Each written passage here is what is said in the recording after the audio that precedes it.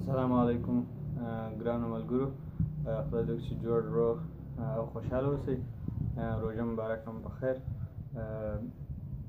خبره مې دا درته کول چې نوی کانال انشاءالله جوړ شوی دی د پښتو ټکنالوژي په نوم، او په هغه کې به زه انشاءالله تاسو ته د ویب ډیولپمنټ په برخه کې ویډیوګانې جوړوم او بیا به خپروم. نو ستاسو څخه هیله لرم چې زموږ کانال سبسکرایب او د ملګرو سره شریک کړئ، بالخصوص د هغو ځوانانو او هغو محصلینو او شاګردانو سره چې دوی غواړي په ټکنالوژي کې ځان ورسوي، او هغه محصلین چې د لومړي سمسترونو یا د اولو دومو درېیمو کلو زده کوونکي دي، دوی کولی شي چې د دې ویډیوګانو څخه استفاده وکړي. دا په دې خاطر وایم چې ځکه په لومړیو کلونو کې چې کله یو محصل کمپیوټر ساینس شروع کوي نو انګلیسي ډېره ضرور دی. نو انګلیسي د هر زده کوونکي دپاره ضرور ده چې دوی یې زده کړي. نو دا چې په اول کال کې شاګردان انګلیسي سره ډېر ولد نه دي او نه یې زده، نو په دې خاطر د اول کلونو د مشکلاتو د رفع کولو دپاره موږ دا کانال جوړ کړی دی او تاسې د دې کانال څخه استفاده کولی شئ.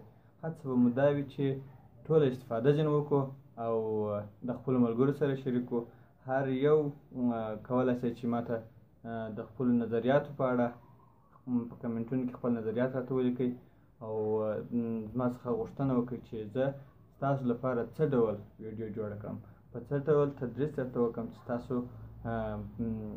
ستاسو خوښ شي او تاسې استفاده ځینې وکولی شئ، تاسې په موضوع باندې پوه شئ. که چیرې په موضوع نه پوهېدلی شئ بیا هم تاسې کولی شئ چې هغه خپل مشکل راته په کمنټ کې ولیکئ.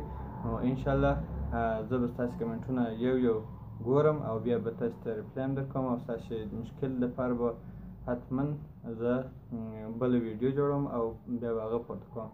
نو تاسې هم کوښښ وکړئ چې استفاده وکړئ په پښتو باندې. دا ځکه زه داسې کار کوم چې مخکې له دې زه خپله محصل وم، داسې کوم کانال موجود نه و چې په هغه کې پښتو باندې د ویب ډیولپمنټ یا د کمپیوټر ساینس اړوند مضامینو تدریس وکړي. ځینې وخت خو داسې خاص خوند نه په راسته کېده، یعنې زما خپله کار نه په چلېده. نو د دې لپاره ما کوښښ کړی دی چې کومې ستونزې چې ما درلودلې د هغه ستونزو د مخنیوي لپاره او د هغه ستونزو د حل لپاره دا کار کوم.